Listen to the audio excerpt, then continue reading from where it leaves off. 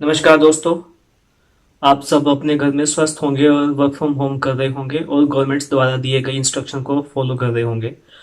तो आज हम फिर से इस चैनल पे आए हैं और कुछ ज़रूरी बात करने के लिए। बहुत से मेरे भाइयों के पास बाइक्स मोटरसाइकिल्स हो गई जिसके बारे में उनको कुछ चीज़ें पता होती है, कुछ चीज़ें नहीं पता होती है। उनमें से बहुत से लोग गाड़ी को जब सर्विस कराने लेके जाते हैं या तो शोरूम लेके जाते हैं या लोकल मैकेनिक के पास लेके जाते हैं, तो आपने ये प्रॉब्लम फेस की होगी। आपको मैकेनिक हमेशा बोलते हैं कि सर इस गाड़ी का ये पार्ट खराब हो गया, आप उसको चेंज करा लीजिए। और हम में से कुछ लोग उसको एकदम से चेंज करा लेते हैं और कुछ लोग इंसिस्ट करते हैं नहीं कि ये और चलेगा। तो आज हम इस वीडियो में हम यही बात करेंगे कि बाइक्स के कौन कौन से पार्ट्स हैं और उनका ड्यूरेशन कितना होता है, कितने टाइम के बाद या कितने किलोमीटर के बाद आपको उनको चेंज कराना चाहिए। क्योंकि बहुत से लोगों को नहीं पता होता है, वो एकदम से चेंज करा लेंगे उसको, लेकिन जबकि उसकी लाइफ और ज़्यादा होती है। तो ऐसा नहीं है कि कुछ पार्ट्स 1 किलोमीटर में 2 किलोमीटर खराब हो जाएंगे। गाड़ी चलाने पर डिपेंड करती है कि आप कैसे चला रहे हैं, ड्राइविंग आपकी कैसी है और कितने किलोमीटर आपकी बाइक चल गई है। कुछ पार्ट आपके 100 किलोमीटर में चेंज होते हैं, कुछ 2000 में, कुछ 20,000 में, कुछ 50,000 में। तो ये पार्ट टू पार्ट वेरी करता है कि कितने किलोमीटर में आपकी गाड़ी का सामान चेंज होगा। तो आज हम इसी वीडियो में यही बात करेंगे, ठीक है। सो विदाउट वेस्टिंग और टाइम हम वीडियो को स्टार्ट करते हैं। और जिन भाइयों ने इस चैनल को अभी तक सब्सक्राइब नहीं किया है वो प्लीज चैनल को सब्सक्राइब कर दीजिए। और इस चैनल पे आपको बाइक और कार रिलेटेड इंफॉर्मेशन देखने को मिलेगी।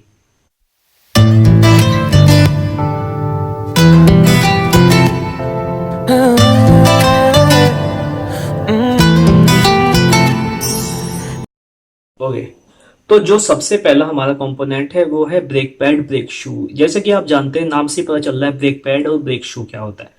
ब्रेक पैड जो आपका डिस्क ब्रेक होता है, अगला और पिछला, उसके ऊपर एक पैडेड फॉर्म में ये मेटल के वो लगे रहते हैं, एक कुशंस टाइप पैडेड कुशंस लगे होते हैं जो आपकी ब्रेक लगने में हेल्प करते हैं, ठीक है।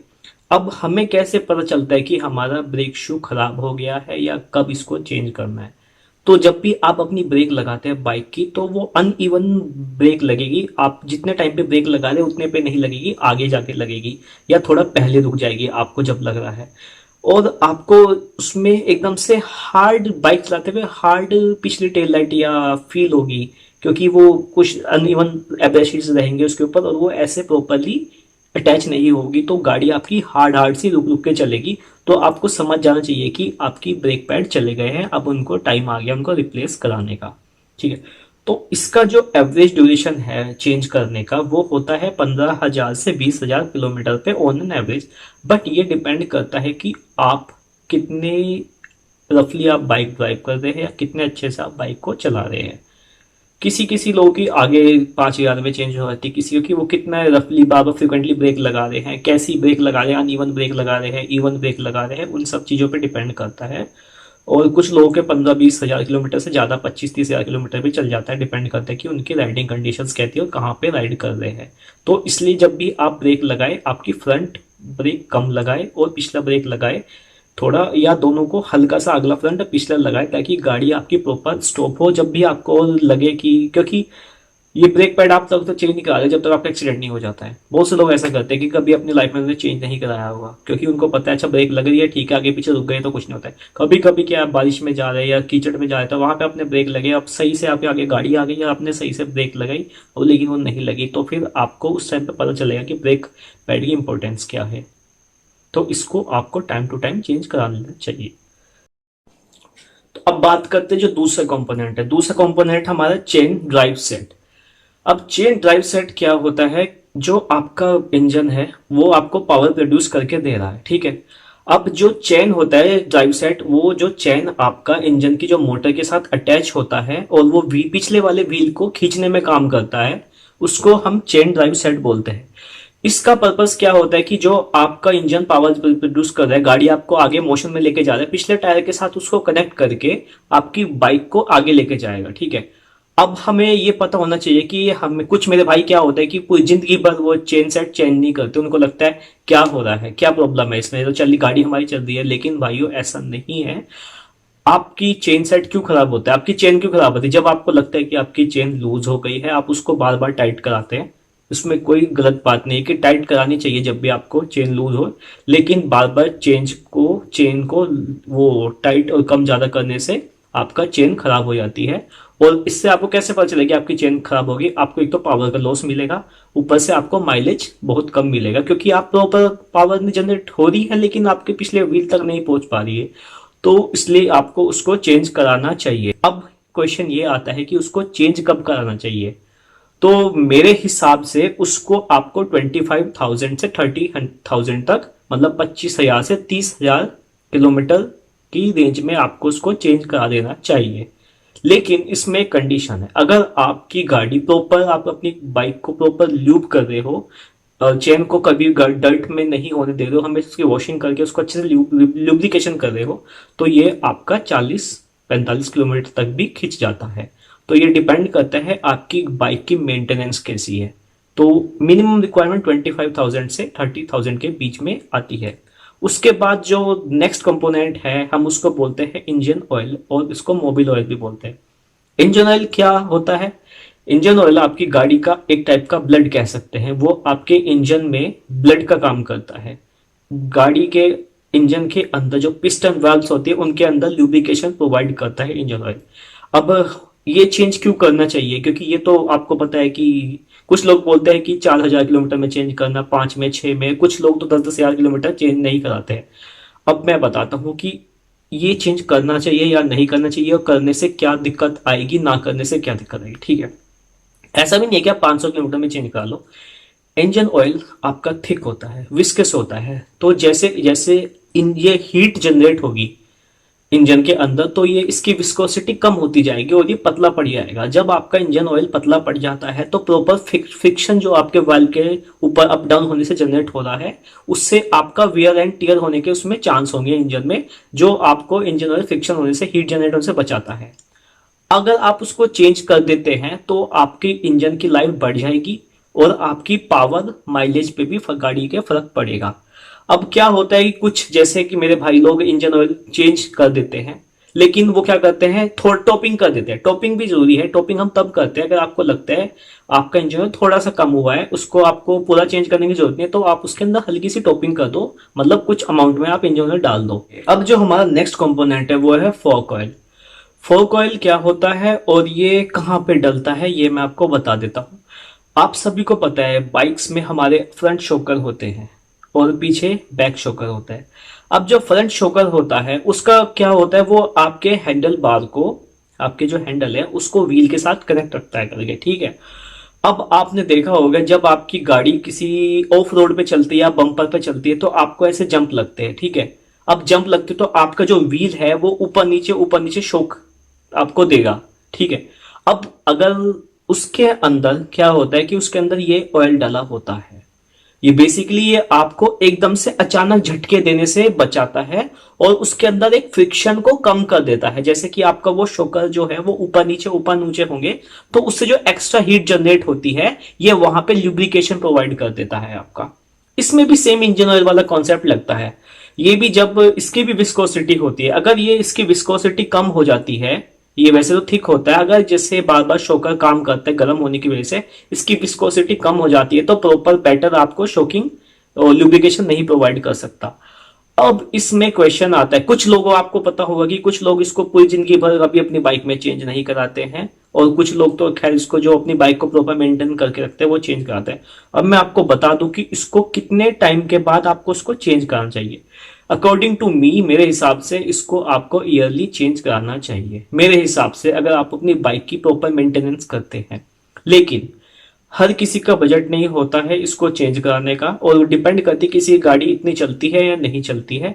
तो मैं किलोमीटर के हिसाब से बात करता हूं तो इसको आपको 25,000 किलोमीटर के आसपास इसको चेंज करना चाहिए, अगर आपकी गाड़ी फ्रिक्वेंटली चलती है और आपकी राइडिंग कंडीशंस कैसी है, आप ऑफ रोड पे चलाते हैं या स्मूथ रोड पे चला रहे हैं, तो इसके हिसाब से ये थोड़ा वेरी कर जाता है ये आपको कितने टाइम में चेंज करना चाहिए। लेकिन मैं ये बोलूंगा आपको इसको प्रॉपरली चेंज कराना चाहिए और अपने सामने चेंज कराना चाहिए। कभी कभी कुछ जो लोकल मैकेनिक्स होते हैं वो क्या करते हैं, आपके सामने आपको बोलेंगे सर हम ये वाला ऑयल डाल रहे हैं इसके अंदर, लेकिन वो क्या करते हैं उसमें से निकाल के दोनों को मिक्स करके आपको डाल देंगे, जो बिल्कुल गलत है।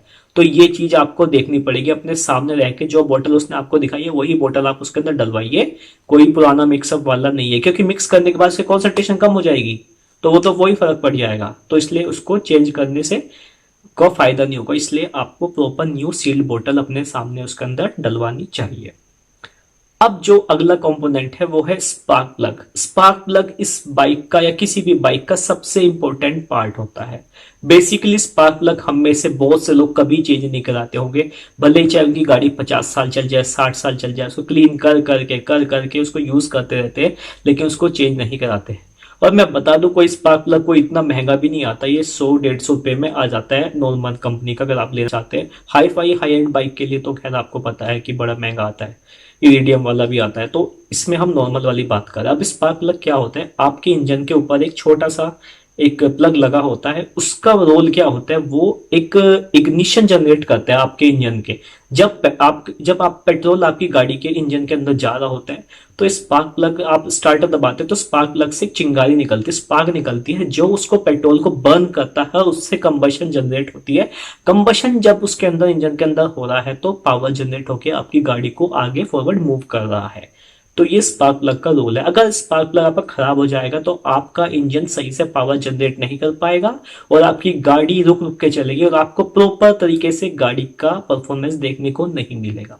तो इसलिए इंजन ऑयल के साथ साथ आपको ये भी चेंज कराना पड़ेगा।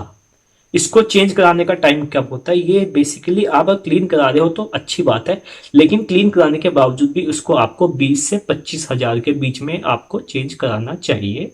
उससे क्या होगा, आपकी गाड़ी की परफॉर्मेंस आपकी मेंटेन रहेगी और आपकी गाड़ी को चलने में कोई लॉन्ग टाइम में कोई दिक्कत नहीं आएगी। अब जो अगला कंपोनेंट है केबल्स। केबल तो शायद मेरे भाइयों ने कभी अपनी बाइक्स में चेंज कराया ही नहीं होगा, क्योंकि मुझे लगता है बहुत से हम लोग इस चीज को इग्नोर कर देते हैं, टोटली इग्नोर करते हैं। लेकिन केबल्स, ऑक्सिलरी केबल्स की बात नहीं कर रहा हूं मैं यहाँ पे, जो आपको लग रहा है। यहाँ पे हम जो बात कर रहे हैं वो है क्लच केबल, ब्रेक केबल की बात कर रहे हैं। ये एक एल्युमिनियम और आयरन का कंपोनेंट आता है, वायर शेप में आता है, जिसके अंदर थिन फाइबर्स से बहुत सारे फाइबर जुड़े होते हैं, वायर पतले पतले, और मिला के एक मोटा केबल बनाते हैं। अगर कभी कभी क्या होता है कि हम लोग इसको इग्नोर करते हैं, ये एकदम से नहीं टूटता, इसमें जो पतले पतले पतले वायर होते हैं वो एकदम से वो टूटते हैं, उसको टूट टूट के ये पूरा टूट जाता है। कभी ना कभी क्या होता है कि आप रास्ते में कहीं लॉन्ग साइड पे जा रहे हैं, आपने मेंटेन नहीं किया, तो आपने देखा एकदम से टूट गया, आपकी ब्रेक नहीं लगेगी, क्लच नहीं दबेगा आपका, तो ये चीजें आपका प्रॉब्लम क्रिएट करेगी। इसलिए आपको इसको ध्यान रखना पड़ेगा और चेंज कराना पड़ेगा। इसका जो चेंज कराने का ड्यूरेशन है वो 30,000 से 40,000 के बीच में है, और बीच बीच में रेगुलरली आपको उसको चेक करते रहना चाहिए कि आपका कंडीशन उसकी कैसी है और क्या है। अब बात करते हैं कार्बोरेटर की। कार्बोरेटर आपकी गाड़ी का सबसे मेन पार्ट है, अपार्ट फ्रॉम इंजन। इंजन के साथ साथ आपका कार्बोरेटर उसका दिल है।